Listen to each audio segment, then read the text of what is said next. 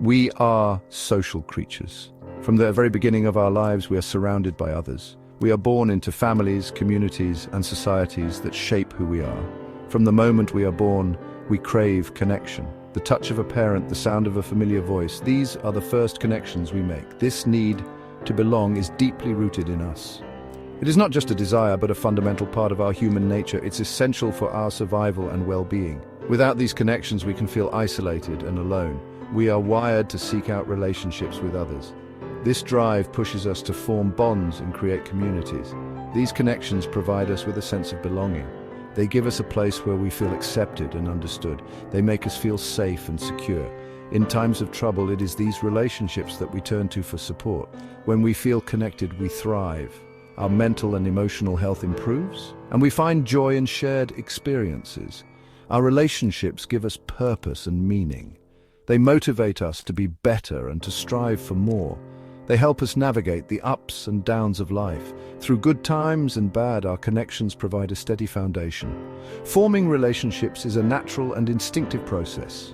We are drawn to others who share our experiences and values. We are drawn to others who make us feel good. Positive interactions reinforce our bonds and make us seek out more. We seek out those who share our values and interests. Common ground helps us build strong, lasting relationships. Laughter, shared experiences, and mutual support strengthen these bonds. These moments create memories that last a lifetime. Over time, these connections deepen. We learn to trust and rely on each other more and more. We develop a sense of trust and intimacy with those we care about. This trust is the foundation of our most meaningful relationships. Relationships become a source of joy, comfort, and strength. They are the pillars that support us through all of life's challenges. Our emotions play a crucial role in attraction and connection. We're more likely to be drawn to those who evoke positive feelings in us. When we feel happy and safe around someone, we naturally want to be closer to them. Our emotions also influence how we perceive others. If we are in a positive mood, we tend to see people in a more favorable light. On the other hand, negative emotions can make us more critical and judgmental. Think about a time when you were feeling down. Did you notice yourself pushing people away? This is because our emotions act as a filter, shaping our interactions with the world. Understanding the role of emotions in relationships is essential. By cultivating positive emotions like joy, gratitude, and compassion, we can create a more fulfilling social life. Proximity, or physical closeness, is a powerful factor in attraction. It's fascinating how just being near someone can influence our feelings towards them. The more we are around someone, the more likely we are to form a connection with them. This phenomenon is not just limited to romantic relationships, but extends to friendships and professional bonds as well. This is known as the mere exposure effect. The more we see someone, the more familiar they become, and familiarity often leads to comfort and trust.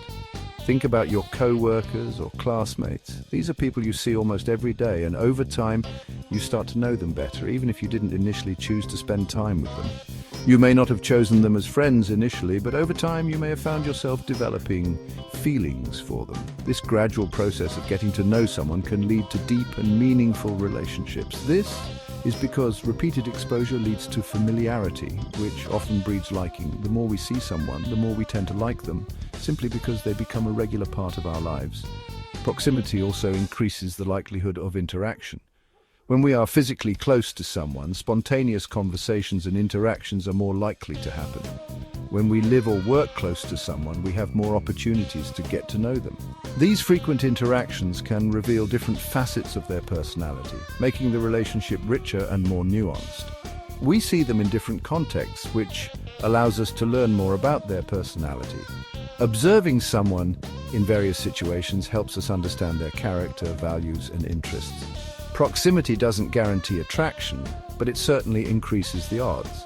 Being around someone frequently creates a fertile ground for relationships to grow. So, if you're looking to build relationships, put yourself out there and spend time with people you want to connect with. Engage in activities and environments where you can meet and interact with others regularly.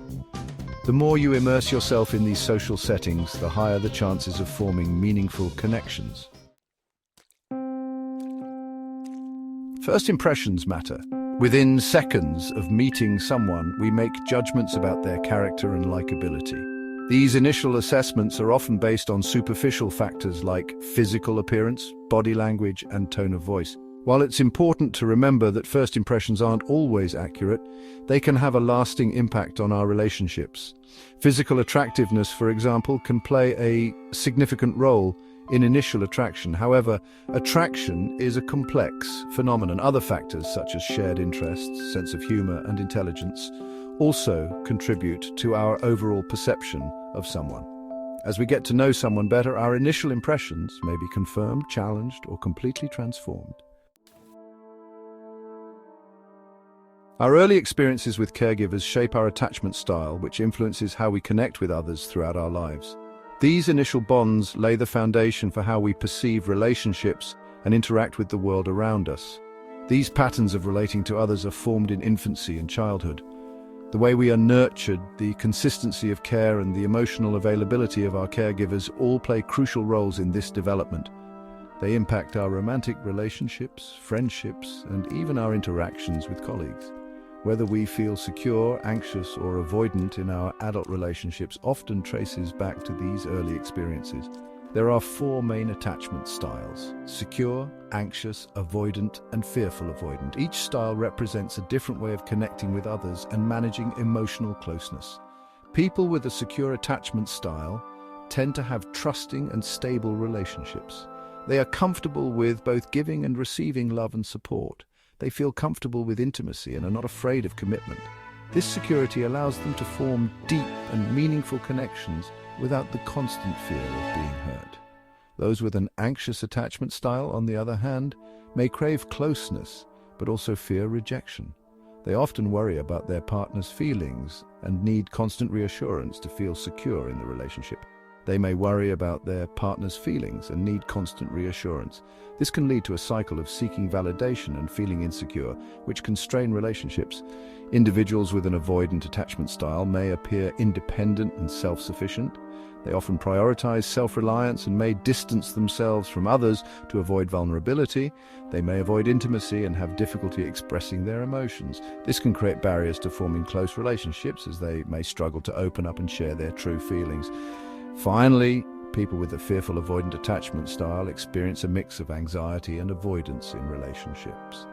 They may desire closeness, but also fear getting hurt, leading to a push-pull dynamic in their interactions.